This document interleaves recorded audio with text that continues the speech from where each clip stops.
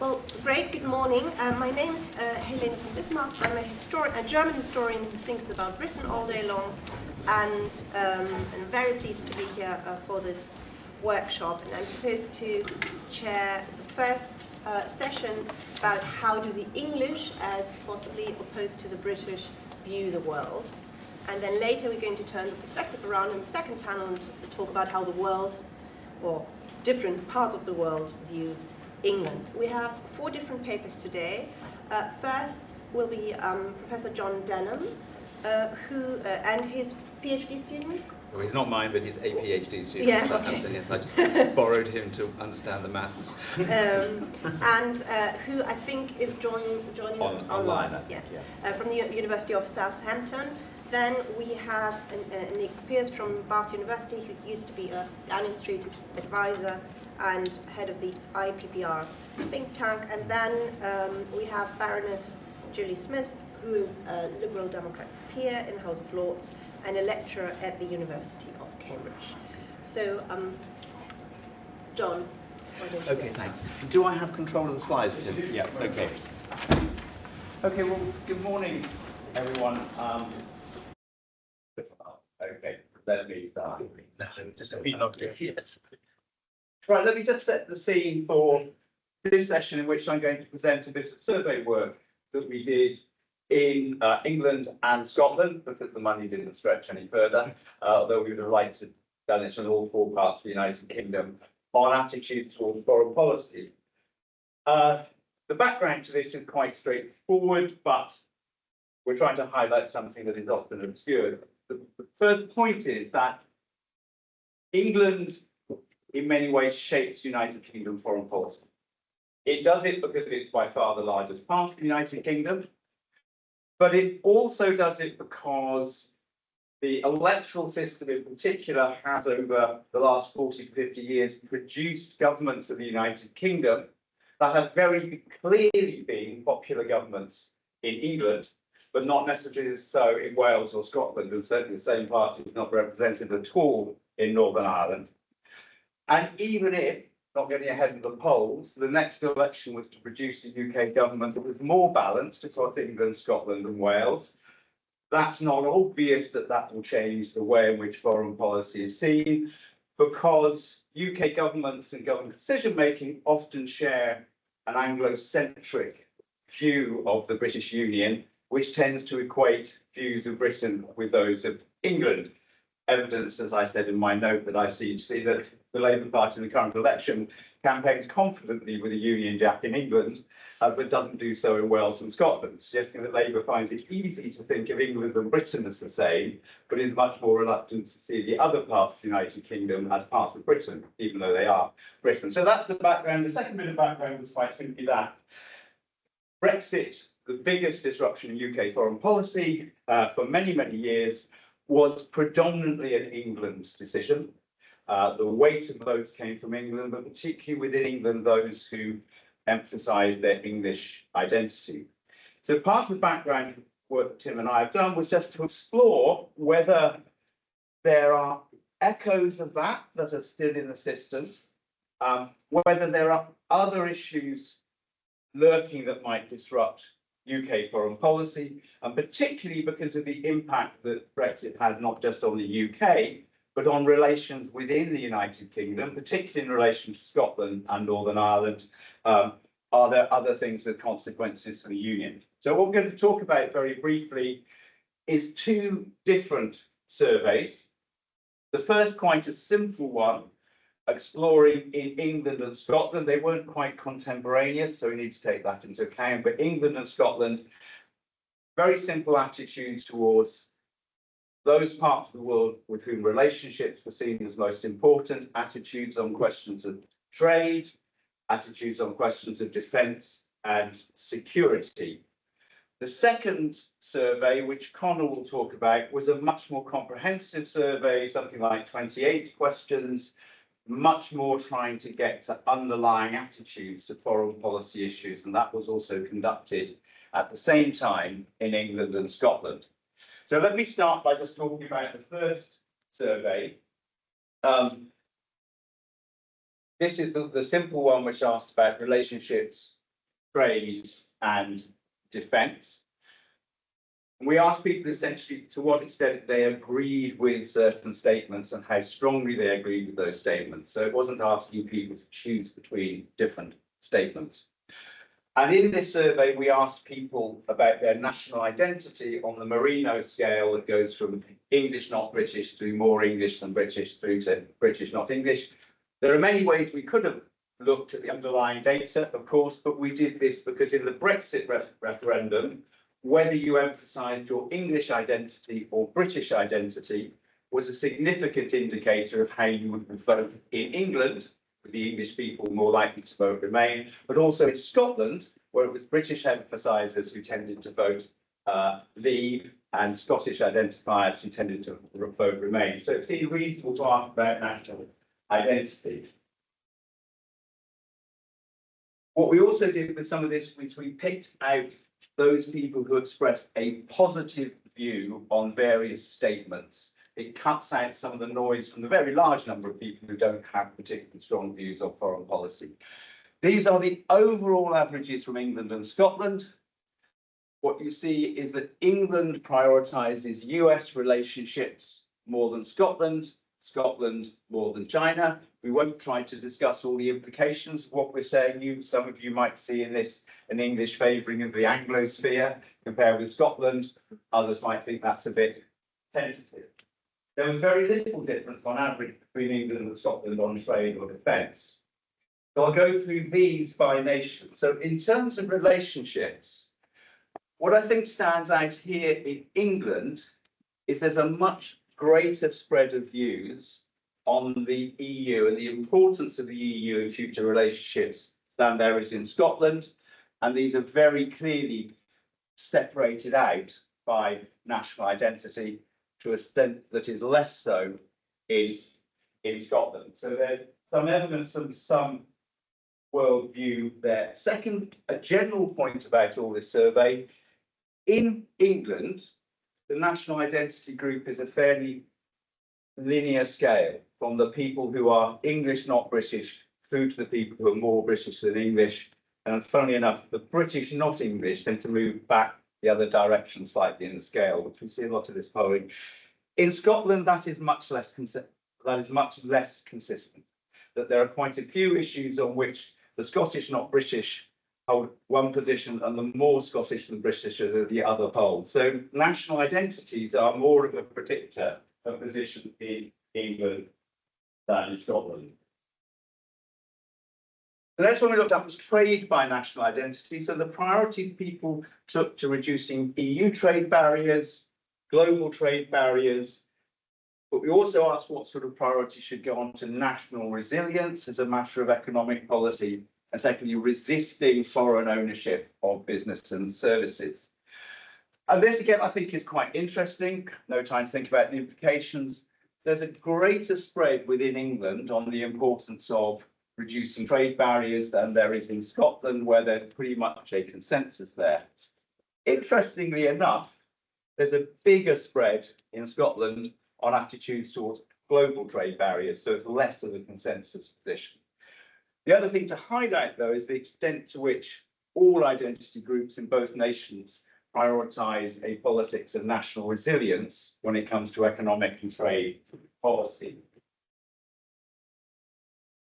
And the third area, just to mention briefly, is defence by national identity. And here you get quite distinctly different shaped lozenges of opinion. In England, the more British groups are much more positive about aid than are the more English groups. In Scotland, it's a similar spread. There's also a greater diversity of view about alliances and their importance in foreign policy. Just to mention, none of the groups in either nation are keen to see military action used to extend human rights and democracy, which is itself quite interesting, I think, not necessarily what we expected. Instead, people in most groups tend to prioritise military action around national defence only. So, no time to draw out the implications. but just to say that when we do look at simple attitudes on foreign policy questions and England and Scotland, you get some differences between the two nations, but you also get some significant differences by people's sense of national identity in those two nations.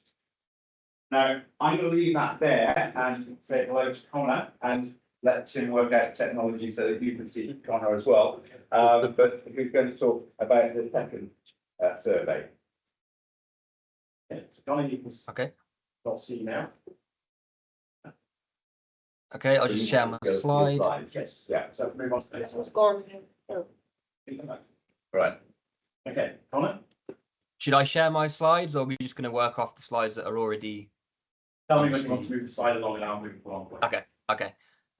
Yeah, so We make for it a my little bit louder. can everybody hear me? That's Yeah. Yeah, so for my piece of analysis, working with John, we talked about how we could potentially segment the population into maybe a cluster of 4 or 5 groups of like connected worldviews based on the larger survey of 28 questions across multiple different dimensions around security, the EU, trade, etc. So that's what I've been working on. So if you skip to the next slide. So I did attempt to initially segment the population into these clusters based on different questions around the EU, America, security, trade, China, culture, etc.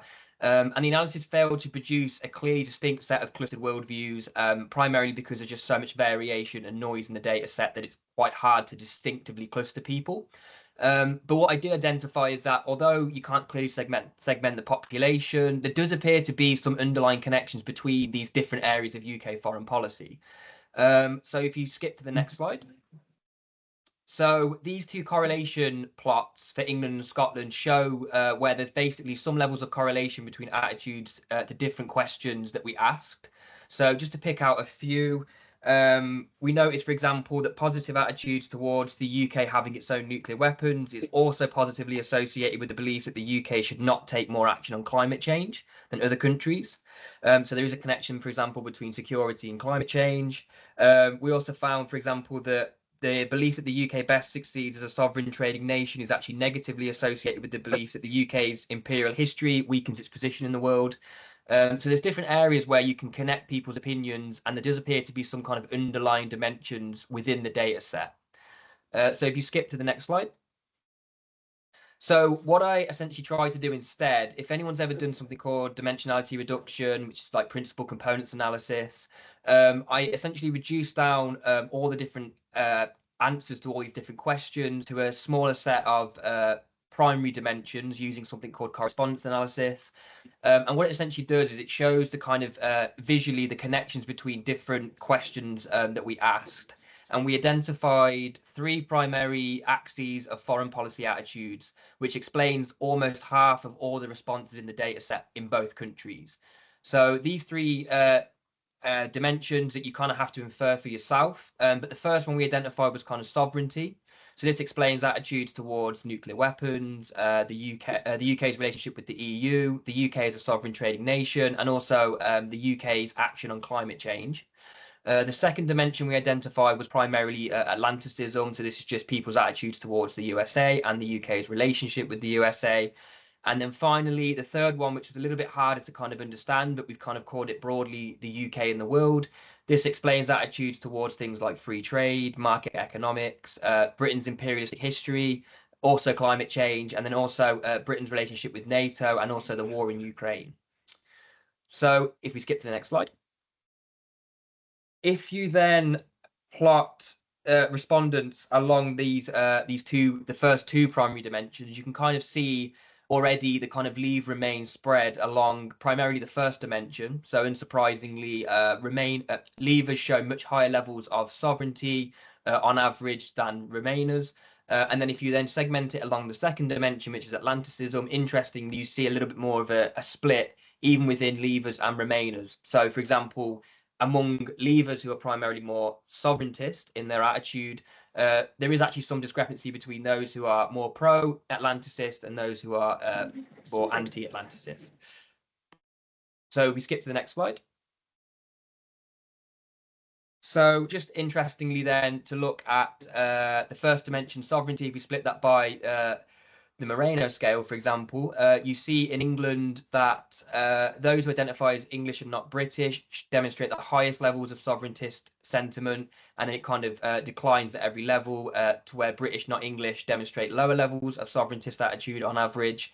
But interestingly, in Scotland, you see that reverse effect. So those who identify as Scottish and not British are the least sort of sovereigntist in their attitudes, which then inclines upwards to those who are British and not Scottish, who show higher levels of sovereigntist sentiment. So you see this kind of reflection, the kind of inverse effect in England and Scotland between the Moreno scale, which is interesting. I think this jumps back to John. Okay, Conor, thank you very much indeed. I'd say to everybody in the group, we covered a huge amount of ground very, very quickly. Yeah. Because I'm aware that there are people in the room who spend their life doing this sort of political science data analysis, and there are people who don't spend any of their life doing this. It's quite hard to. So what essentially we wanted to do was to share some broad headline issues, not to expect the people to engage with it in detail. For people who really want to get into the detail of this stuff, Conor in particular, who's had to hold my hand through this, will be willing to talk it through. But let me just wrap up a few last things and then draw out what I think or we think might be some of the questions to think about.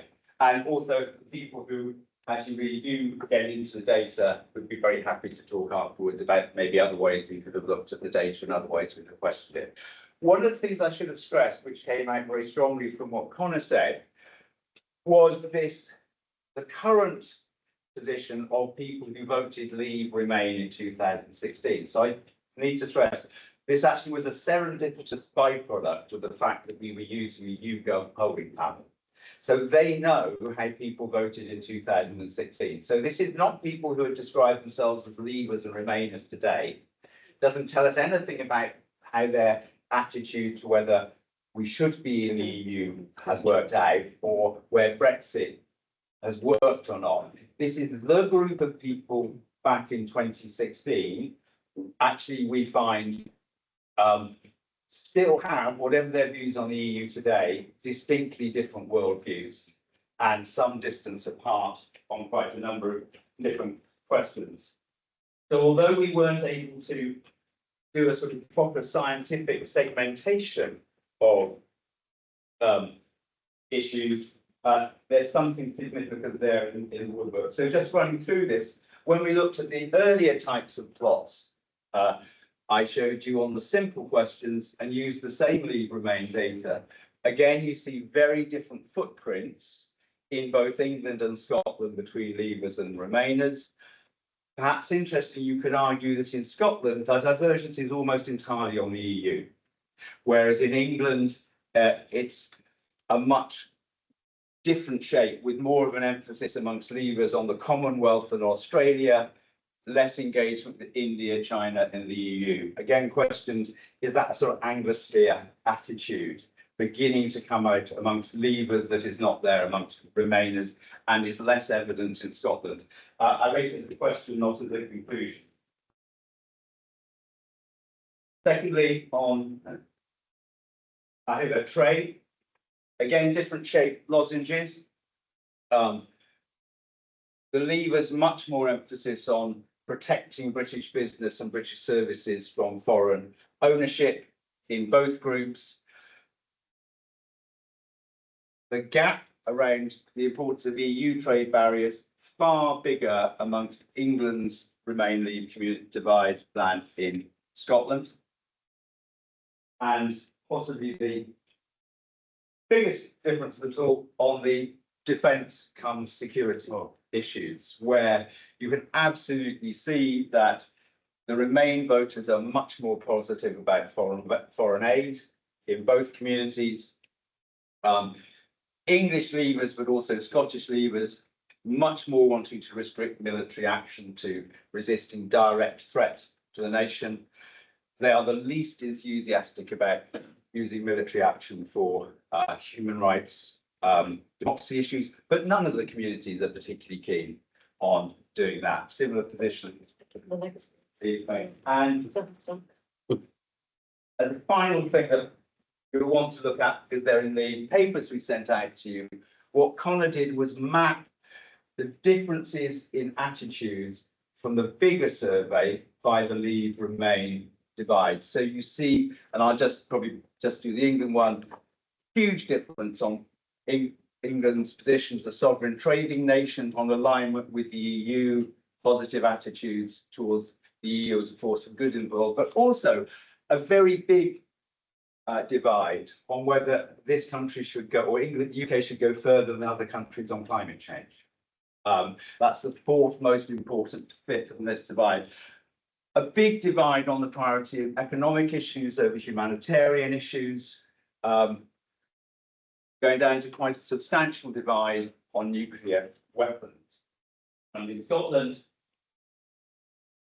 similar sort of patterns, but I think nuclear weapons appears rather further up the list there. So that's loads and loads of data, things to think about. All the questions, if you want to look at them in detail, are in the packs that we sent to you. Let me just pick out a few things in reflecting on this. We might have found more correlations had we thought of small boats and asylum as foreign policy issues, which we didn't include in the survey, and with retrospect rather wish we had, because that probably would have brought up a relevant idea. Where is there potential for issues to become divisive, either within the UK and England in particular as its largest part, or between England and Scotland? Attitudes towards the EU, attitudes toward the USA, foreign aid, ownership of nuclear weapons, climate change, possibly military action. All of these are areas where there's both a wide spread of views and quite a polarization of views. It's also worth saying that there's, if you stop, because we started the exercise looking at division, and sometimes you have to stand back from it and say, where wasn't there division? One of the things I would say is that there's quite a high priority amongst all voters on national economic resilience, on international action to tackle international companies, and a lack of enthusiasm for action on human rights.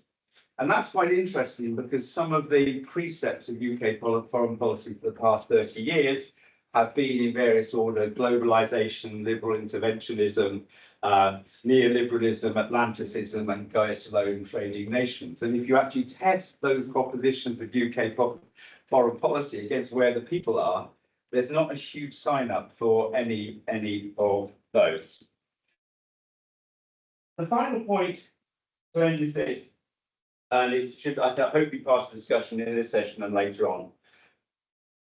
None of this matters unless contingent events make them important. So in other words, you could map English Euroscepticism a good decade before we knew we were going to have an EU referendum.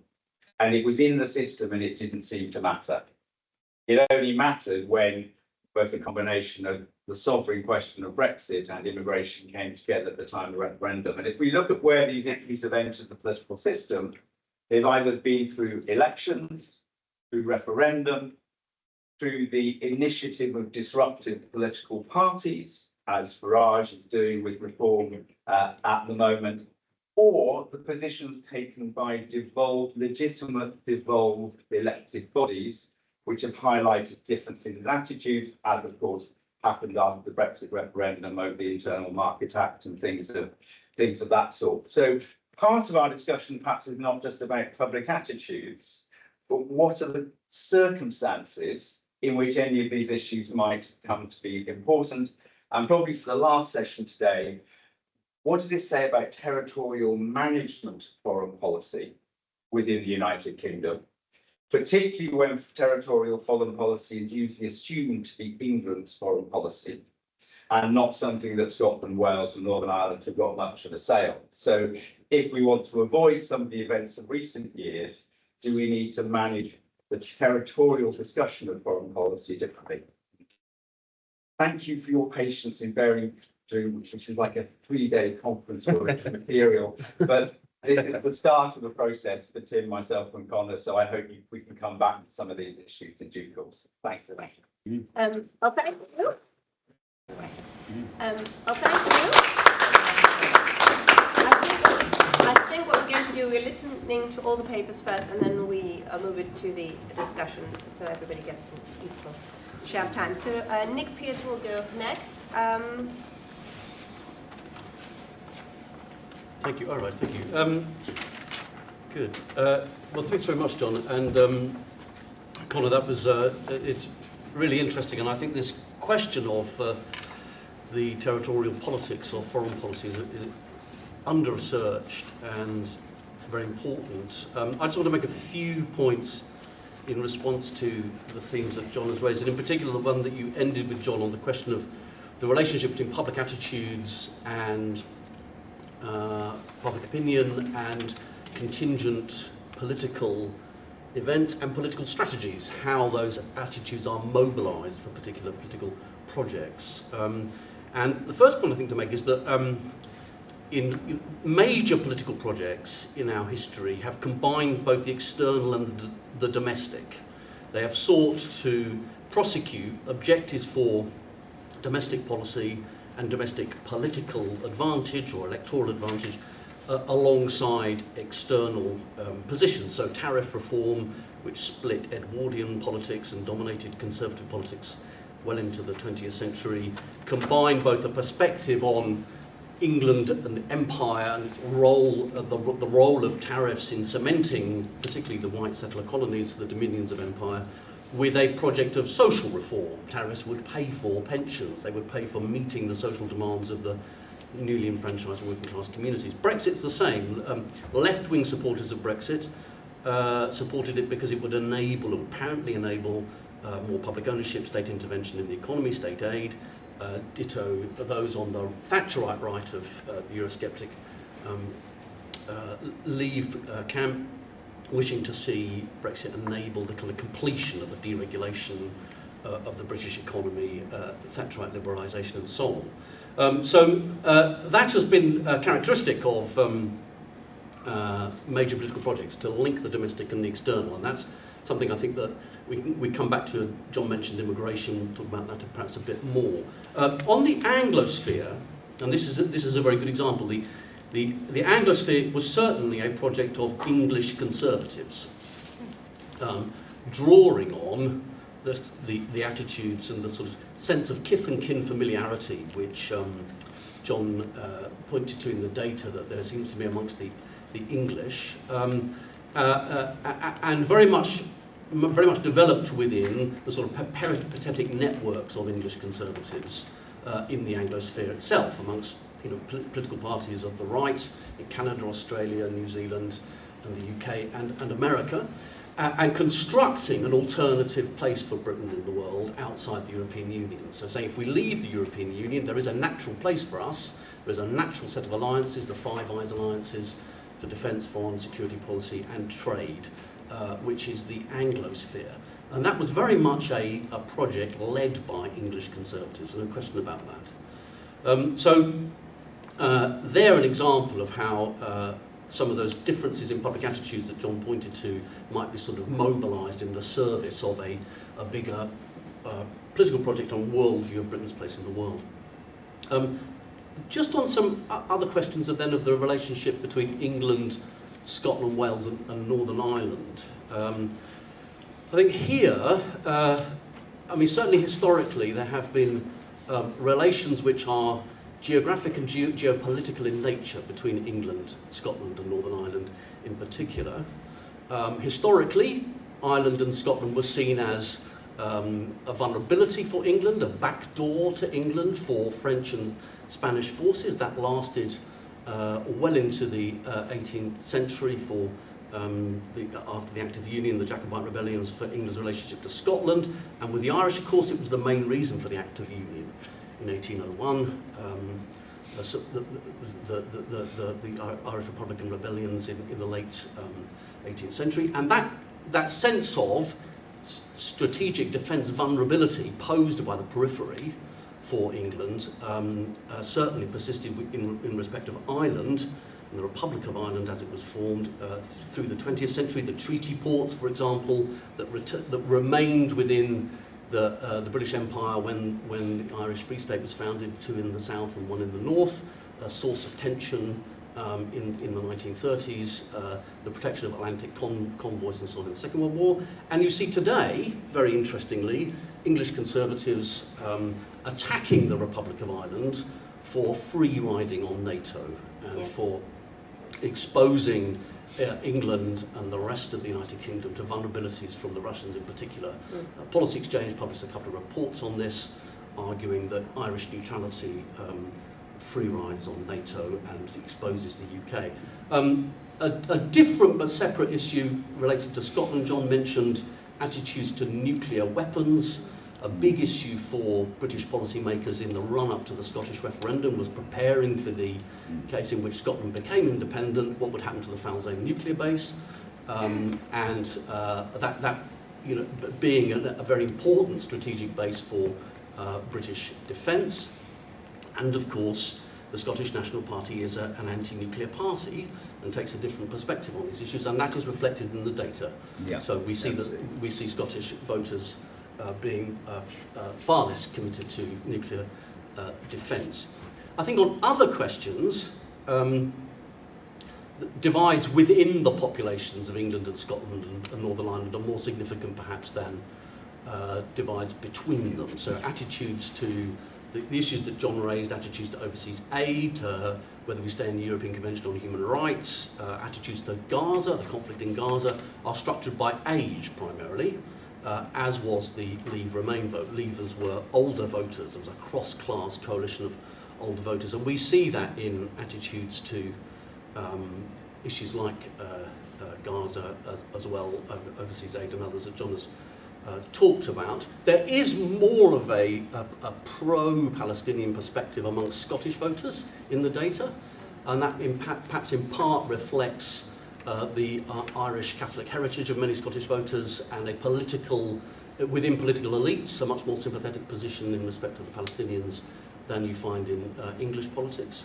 But for the most part, the biggest divides are not actually between the territories, but they are on the basis of characteristics of voters, particularly their age. The final point is just on this question of multiculturalism and foreign policy that John raised at the end, or at least attitudes to immigration, because you can clearly see now in contemporary discussion an attempt to link attitudes to immigration, attitudes to things like the Gaza conflict, and multiculturalism, and an attempt to make illegitimate, unpatriotic the attitudes of particularly Muslim voters to those questions,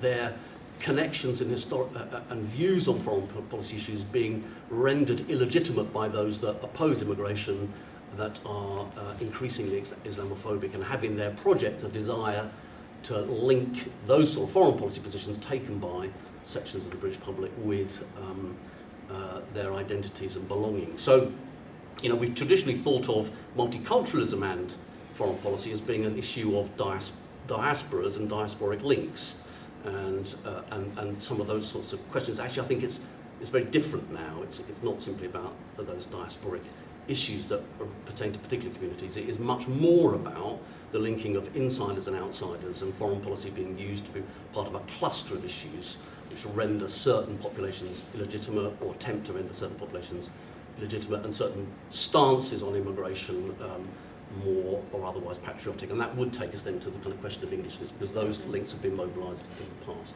So those are my thoughts. Very interesting, important work, and perhaps these are some areas in which it might be developed. Very good. Oh, that was fascinating, thank you, and very sort of timely, but I was really intrigued by your last point, because if I understand you correctly, then culture or religious background or ethnic background turns into, or foreign policy then turns into a stick to beat minorities with politically, which is actually very worrying, Yeah. I would argue. So I think this is worth sort of elaborating maybe in the discussion. Yeah. But first we'll hear the next paper by Nicholas Scott, who is a PhD student at King's, and who's working, his PhD is on English identity, as he told me, in young people post-Brexit. Hello everyone, yeah, I'm Nicholas Scott or Nick Scott. Usually only my mother calls me Nicholas when she's annoyed with me, so let's go with Nick. But yeah, so I'm presenting a little tidbit of information regarding my PhD project, which is ongoing right now.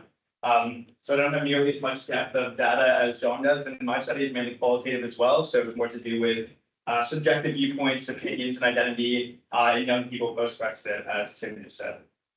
So the panel questions that were posed by Tim are as follows, and my research strongly pertains to question number 3 with regards to the panel questions. So again, is there an English worldview and does it differ from a British worldview?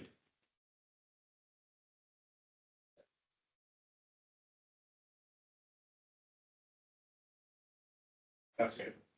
So this is my PhD research project. It's titled Rethinking English, British, and European Identities After Brexit, an analysis of new identifiers in post-Brexit England. So the central research question I seek to ask is how has Brexit changed the way young, so I say young being 18 to 30, English people conceptualize the relationship between English, British, and European identities and post-Brexit England. I'm interested in young people predominantly because they're going to shape the future relationship between the UK and the EU, as well as between the 4 home nations. And also being 28, I actually fall in that category, so I can consider myself young still, which is also nice. So in regards to theory and methodology, I frame most of my work within the modernist constructivist school of identity studies, which looks at identity, so national identity, personal identity, any kind of subjective identity that one holds, as a modern political phenomenon that's kind of being created through things such as shared education and culture and other institutions.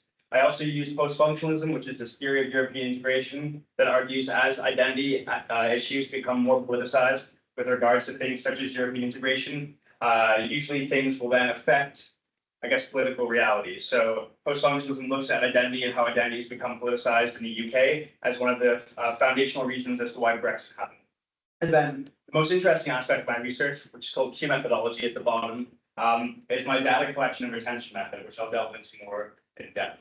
So this is Q method. I didn't bring my research materials with me, but Q method is a mixed method, qualitative and quantitative research methodology, which uses a set of 43 statements in my case, but it can be anywhere from 40 to 250, though I thought 250 was too broad, that reflect a certain issue. So the issue I'm seeking participants to answer is how has Brexit affected your identity? So participants are given a set of 43 statements. They're tasked with putting the statements into 3 piles, whether they agree with the statement, disagree with the statement, or don't know. After they have those 3 sets of piles, they will then start with usually one of the polls. I find it's easier to do that. And they'll slowly place the statements on the board, again, with how, I guess, polarizing those statements make them feel. So I'll show you the statements to make more sense of this. These are the statements. I apologize for the smallness of the text, but as you can see, they're supposed to be mainly objective, I would say. So the first statement says, I feel English. The second says, I feel European. If you go down the list to say 25, a person's loyalty, devotion should be to the nation first. You go to 38, England has more in common with the Commonwealth than Europe. So these statements are, again, sorted by the participant, and those 3 piles then placed on the board. After the statements are placed on the board, the participant is allowed to finalize their selection, move things around until their overall viewpoint on the issue is, I guess, made more apparent. And after that, what I do is I input this into a factor analysis software, which finds commonalities between the way each individual participant has arranged the statements vis-a-vis every other participant. So what that's supposed to do is at least, hopefully, show how these statements reflect more broadly held beliefs in English society, specifically young people, on Brexit and how it's affected their identity. So I'm just going to go quickly over one individual participant from the University of Liverpool, which David, who's in the back room, actually helped set up for my visit to the campus. So thank you for that. I wouldn't even be able to do this presentation without him. So this individual selected these 3 statements as the statements they most agreed with. So statement 1, English identity and European identity are compatible. Second statement, England should have a devolved government responsible for English affairs. And then finally, I would vote rejoining if there was a new referendum on EU membership.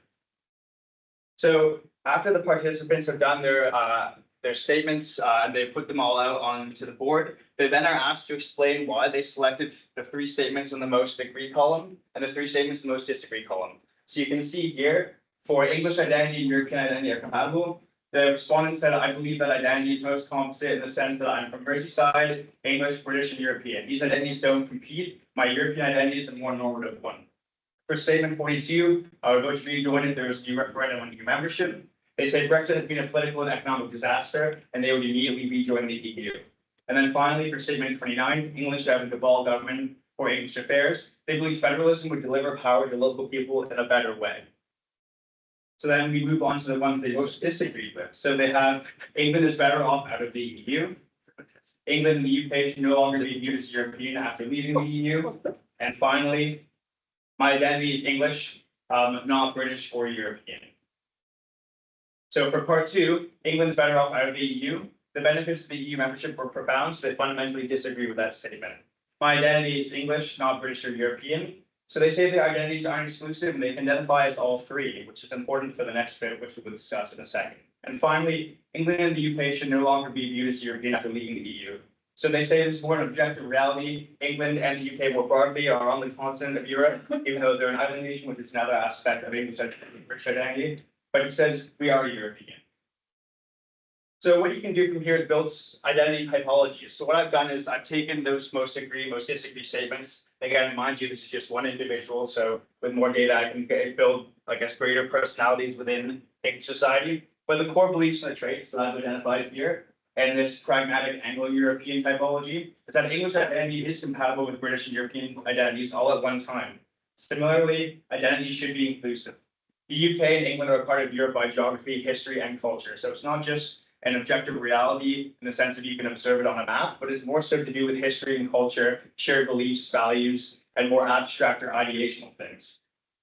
The EU is a worthwhile political project, so obviously a pragmatic Anglo-European would think that, but they see the EU more in instrumentalist terms, because although there is compatibilities in terms of history and culture, the EU as a political project was mainly about economics and about having a greater stance on the world. And finally, political devolution would benefit England. This is somewhat interesting and kind of falls outside the other points I've made, but I think this is more just about being representative more broadly with regards to English politics. So moving forward, I think identity is an influential factor in contemporary politics that requires greater research. The pragmatic Anglo-European is just one example of many possible identity combinations that could be uncovered in post-Brexit England. Young people have the potential to shape future relationships between the home nations within the UK and between the UK and the EU. And it is likely that different worldviews exist within the 4 home nations, which again feeds back into what we're discussing here today. So thank you. I know it's been short.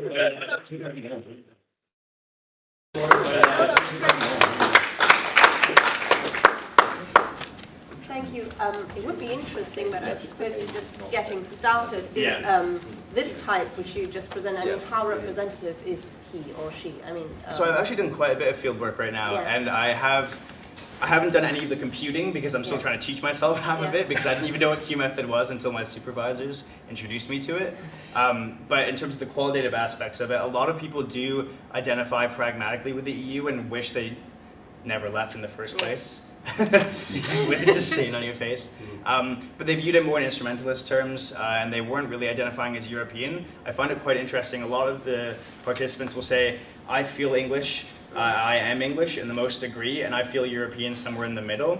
But then, do I want to rejoin the EU? They also have it in the most degree. So there's less of an emotional thing, which needs to be built, I think, by the European project. There needs to be, I mean, almost a recalibration towards, I don't know, encouraging more Schengen movement, things like that. Or what was the program that students had options in for visiting other institutions? Erasmus, yeah, so that as well. Things like that to build a cultural affiliation, I think is more important. Well, I don't want to take too much of your time, but just one quick point. I think it's sort of, as somebody who comes from the EU and from the continent, I think one thing, because you said, you know, this instrumentalist view of the EU, there's this very typically British, and there's, well, this whole of idea, we're the pragmatists and you're the sort of ideologues. And can I just say that I think for decades, there has been a tendency on the British side to completely overplay this contrast between these two attitudes.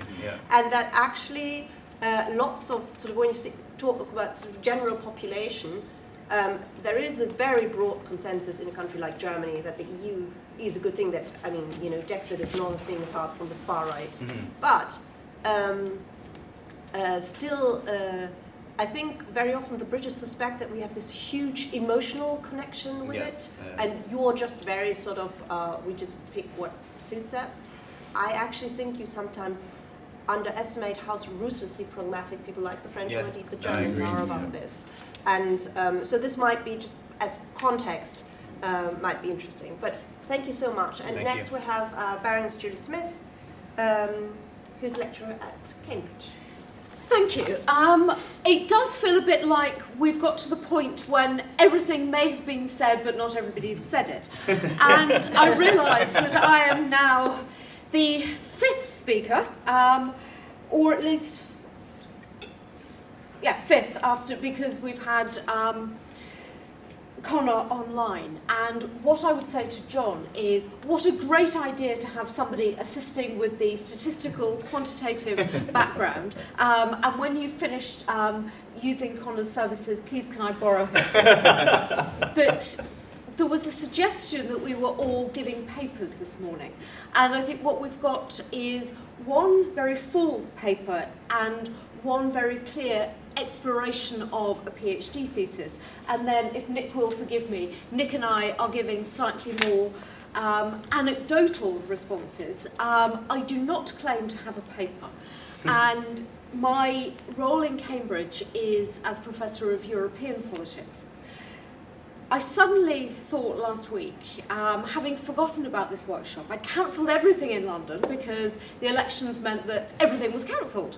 And then Tim sent the message saying, we're looking forward to seeing you next week. And I looked again at the programme and thought, did I really agree to speak in that panel about England in the world? What on earth possessed me? So I had to go away and think a little bit about what I was going to say. And I was reminded of a presentation I did a few weeks ago at Russi for the Icelandic embassy. The Icelandic president had come and wanted a British perspective on the High North. And it was British, not English. But the chair wanted to know, what sort of perspective are we going to have? Is it really going to be a British perspective, or is it going to be the Liberal Democrat perspective? So I said, well, on this occasion, as I'm the only Brit on the panel, I thought it should probably be a British perspective. But I think that does highlight the issue that we've been exploring this morning, of whether there really is a British perspective on foreign policy, or whether there is an English perspective, whether I, as somebody who has spent the majority of my life in the southeast of England, would now count just as English. If you listen to me, you probably just think, well, that is an English woman speaking, and might make certain assumptions about my identities.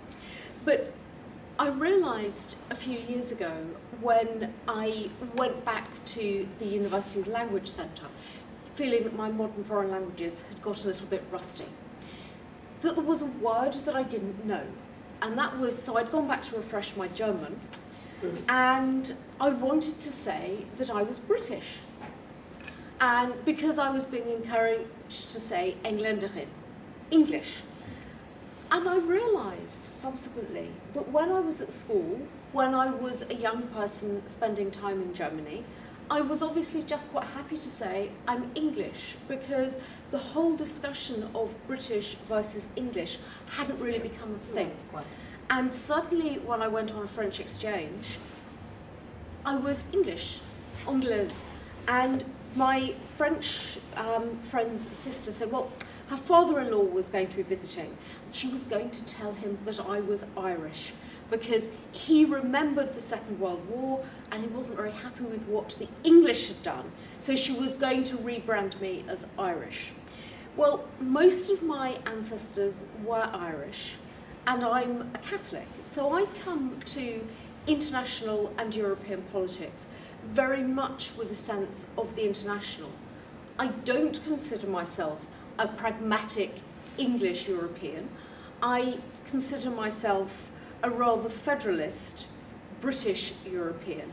And I find it quite difficult to have my own identity dissected. But I have to admit that if you press me, are you Scottish, English, Irish, then I have to say I'm English.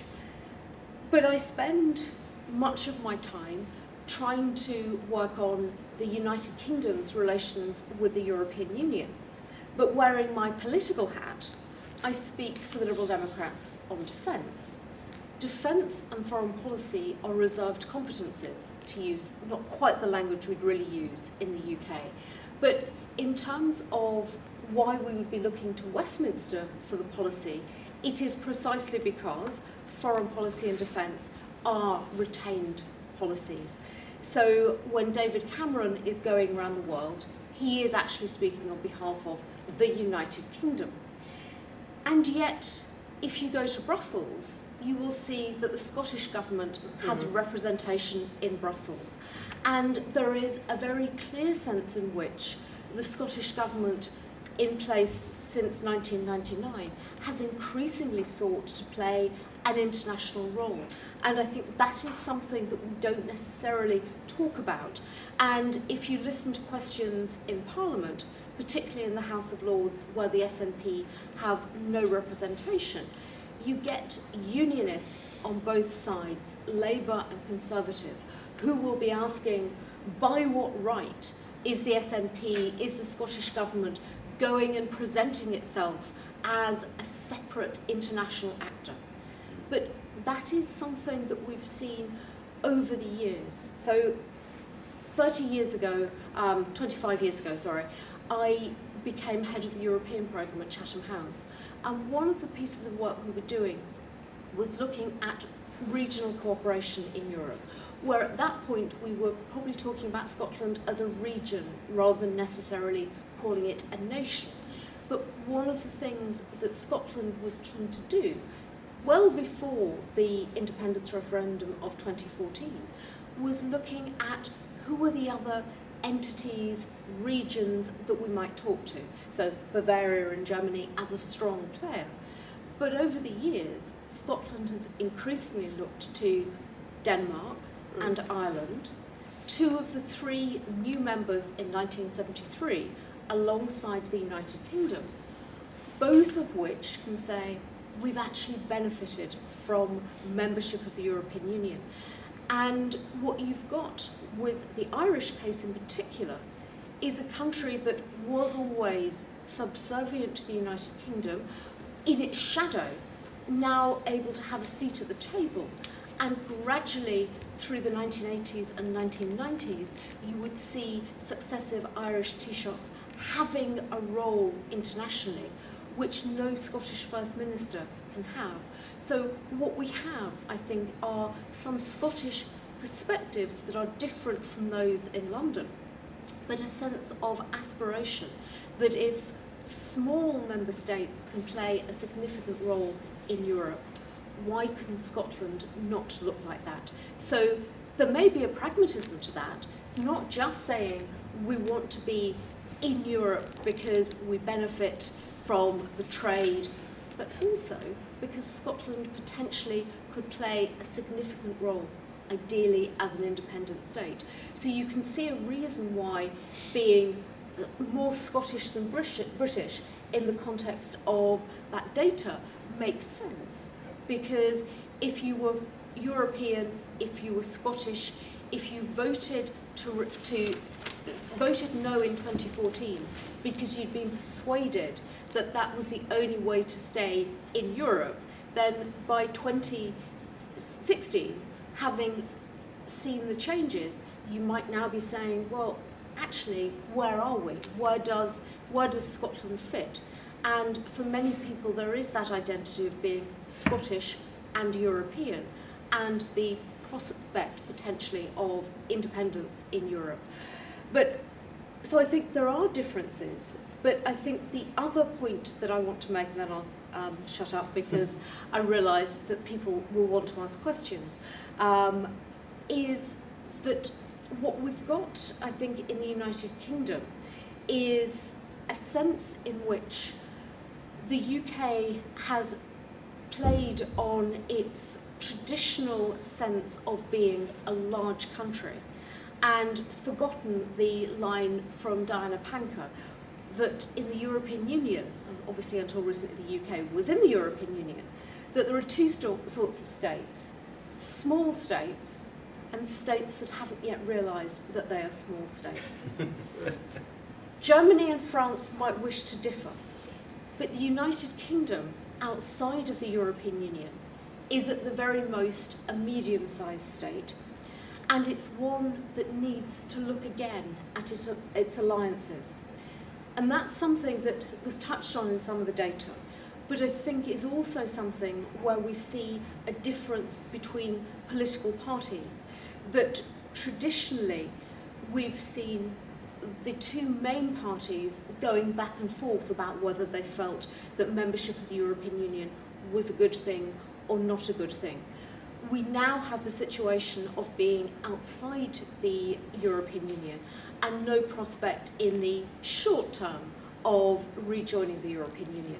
So for the young, pragmatic Anglo-Europeans, there may be a prospect of future membership. But at the moment, what does the UK need to do? It needs to rebuild alliances. And what we're beginning to see is that the Conservative government that's been in place, particularly under Rishi Sunak, has begun to try and strengthen some alliances. Yeah. But it's partly on an ad hoc basis. And I'm trying to find out whether there's really a strategy. AUKUS, as you can see, that there's a global perspective, there's a concern about China. But then we have links with Japan and Italy over fast jets. So there's a bit of cherry picking, but nevertheless some understanding of the importance of alliances. The Labour Party, assuming that it's about to take office on the 5th of July, is talking in many ways a language that looks quite similar to what the Conservatives have been saying in terms of foreign policy, defence, and not wanting to look as if they differ in order not to frighten the horses. But if you look closely at what David Lammy's been saying, there is a suggestion about looking for a stronger UK-EU security relationship, that the time has come for that. So I think for the two main British Unionist parties, there is an understanding now that the UK needs to be thinking about alliances. And in many ways, that puts it exactly on the same page as the SNP in Scotland, which realised perhaps rather sooner that we need to have strong alliances. But in order to do that, one of the things that we need to do, particularly from Westminster and Whitehall, is rebuild trust, that there needs to be a way in which other countries will look at the United Kingdom and say, yes, we really can work with you, and we believe that you're going to uphold the things that you have said you stand for. And that is something that the whole Brexit vote and the nature of the negotiations from 2017 through to 2020 puts us in a very difficult position, but I think we're beginning to see a more nuanced position now. And with that, I shall stop. Thank you very much. Thank you, Julian. Before I sort of take questions, I'm just going to abuse my position to say two things. One thing you said in the beginning is quite important to me. When you gave your paper and said about, you asked people what your identity is. My first thought was, I'm not sure I have one. Ooh. In the sense that I have a passport, I have opinions, I speak certain languages, I have certain friends, I have certain values. But I would not say that I have some kind of, these things, I don't even think about what is my identity. It's not a question I've ever asked myself, to define it as like one thing. Mm-hmm. And I also wouldn't say that all these things sort of, what is my essence? And my essence then defines how I vote, for example. And it is, and I'm just saying, when you said identity is worth doing more research on, I'm not saying that's not true, but I am pointing out that the fact that we study these questions actually reinforce everybody's interest in. So, you know, if you've never asked me, do you feel more German or European, I might have never have thought about it, but now that every politician around me suddenly is talking about identity, I might start thinking or feeling more strongly. So I'm just saying that this is a sort of self, and I think this is also true when it comes to the United Kingdom question of Britishness or Englishness, as you said. Except yes. the Eurobarometer polls for 50 yes. years have asked questions of, do you feel more British, European, and so on. Yes. So not necessarily the subnational, but also in Germany there are questions, you know, are people more Bavarian than German than European. So All I'm saying is how much does, it's a question you point out, how much, you might have, if pressed, you might have an answer, but how important is that question to you? If we Just worth bearing in mind. When I would say that, if we look at studies that are not primarily about identity, like the more in common segmentation study that's used a lot in the elections, but you look within that, you find there's about 10 to 12% of the population who genuinely, not necessarily don't have an identity, but don't invest it in any importance. Well, that's my point. But you've also got about 90% of the population who feel their identities very strongly, but also associate a great deal of pride with them. So the sort of non-identity identity is undoubtedly a thing, but it is not typical of most people's attitudes to national identity. And the non-identity bit, I'm not putting you in a category, but tends to be the graduate liberal cosmopolitan. And they tend to be the people who say, well, it doesn't matter to me. And to the extent that they sort of dominate three of our major political parties, it suggests why sometimes they're out of touch with the electorate as a whole. And also, then we get Nigel Farage. Yeah, I was going to add as well that the post-functionalist logic, which I was referencing before, dictates that when there is an increase in things like immigration and whatnot, you become more self-aware of identity because your norm is then being quote-unquote threatened. It's more, it's more observed differences, and because of that, you become maybe scared or accustomed to it, whatever like direction you take, right? But interestingly, with the Brexit vote and the outcomes in terms of the regional distributions, it actually was regions that had less immigration that voted more strongly for Brexit. Yes. That's because they were scared of the unknown, but that Same makes them with more the far aware right of their in Germany, personal selves. by the way. Yeah. So I think non-identity isn't itself an identity. You can never be truly non-identified because it's always relative, right? So that's my response, I would say. Well, great. So shall we take some questions on all the papers? Yeah. Thanks. First, I want to apologise. I'm going to go in about 10 minutes to go to Italy, so I'll apologise. That's a good excuse. My question follows on neatly from what's just been being discussed, because the kind of stuff I do and what John was presenting is very much in that spirit, is that we imagine that identity kind of comes first, and from that follows constitutional preferences and electoral preferences and so on.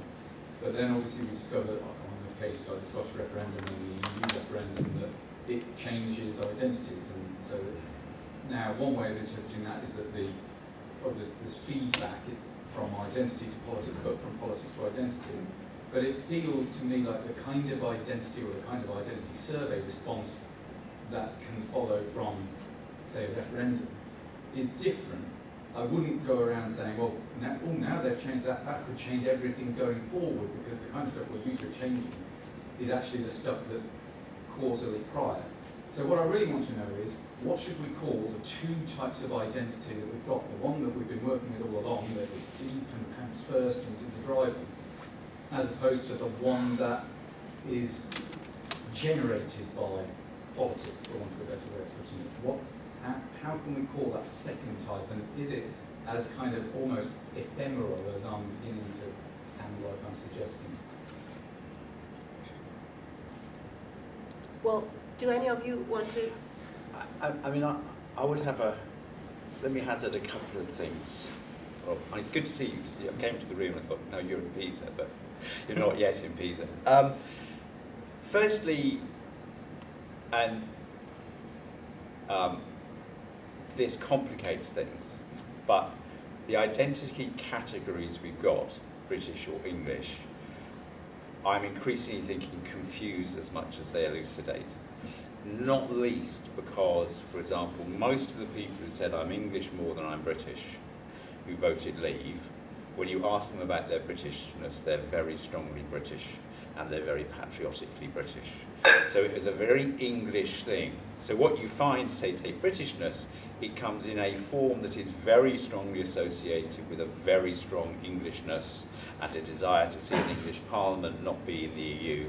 But it is also the primary identity of those liberal cosmopolitan graduates I'm talking about. So what you find is that Britishness in England, firstly, comes in many different forms, and secondly, is quite different to the Britishness you'll find in Scotland or Wales. So it's not this idea we used to have that English identity was about England and British identity was a shared identity across the United Kingdom has long ceased to be the case. So that's the first point, so the categories get in the way. The second thing I would say, and I've published some stuff on this based on the 20 years up to 2019, is there are things that are associated with people's identities that are only occasionally mobilised. So in other words, Brexit really mobilised two really important things. One is that English or English and British sense of sovereignty, and the second thing was the dislike of immigration or fears about immigration. If you'd never posed it as a binary choice where those are the only issues on the ballot paper, you might never have had the 2019 election, which was an overwhelmingly English mandate for Boris Johnson because it was about get Brexit done and the rest of it. So I don't think it's ephemeral, I think it's real, but it's only occasionally mobilised. And if I went to the latest thing on the opinion polls and looking at the election campaign, there's a group of voters who are passionately concerned about small boats and don't want to do anything about climate change. And I'm talking about England here. There's a group of voters who passionately want to do stuff about climate change and aren't bothered about small boats.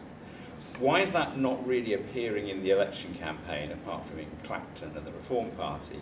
It's because everybody is more concerned about the cost of living, and everybody is more concerned with the National Health Service. Yeah. So it's not ephemeral in the sense that it's there, but it's nowhere near the top of people's lists. But the interesting question is, could events happen that suddenly switch that around again, which is really what happened around the Brexit referendum.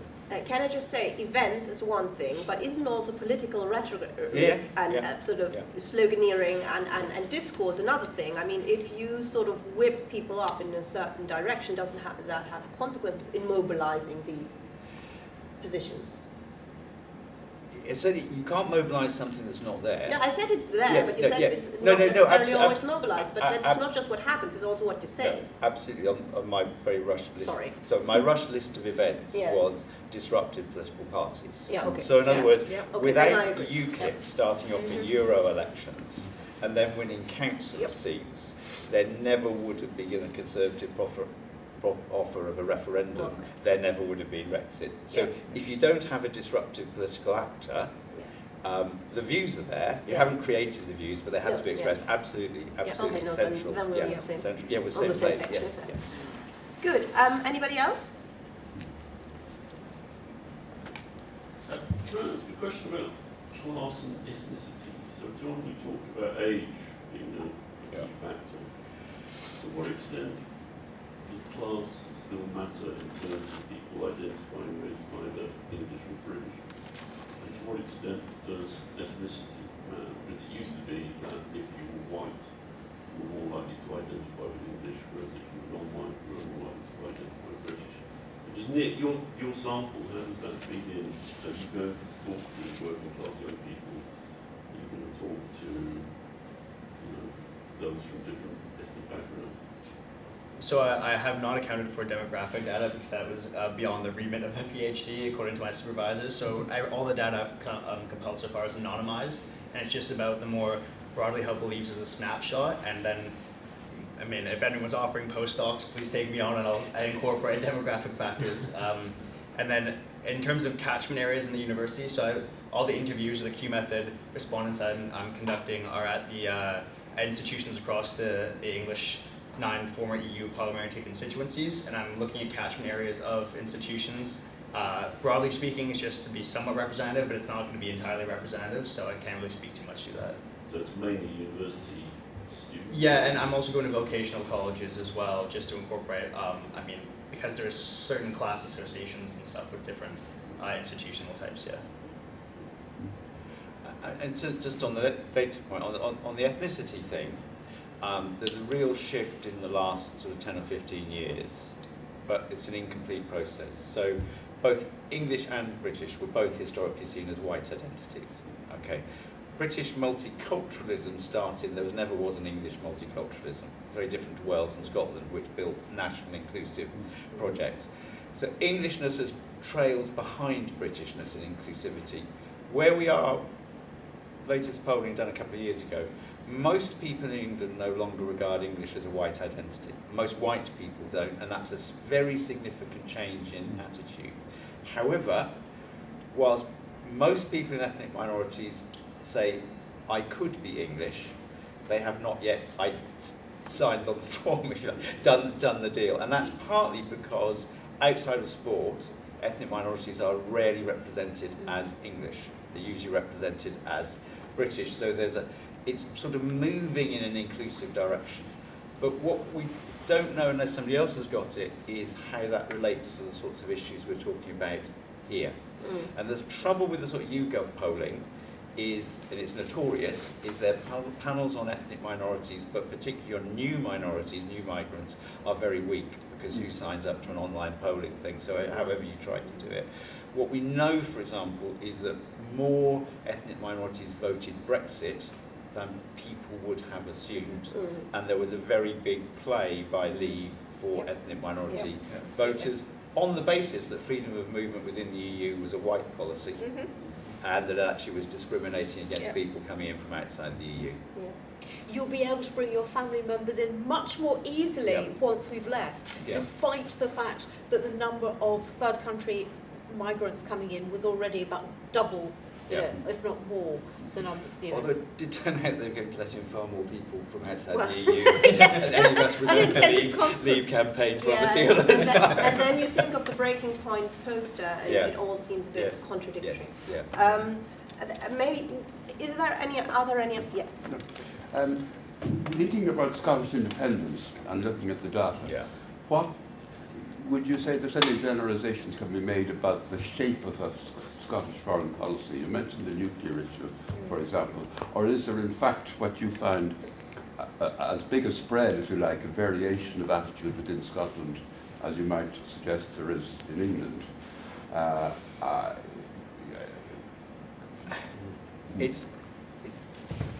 I would hesitate to draw generalisations. And the Leave Remain stuff looks quite clear, but of course there were far fewer Leavers in Scotland, so you can't equate the two.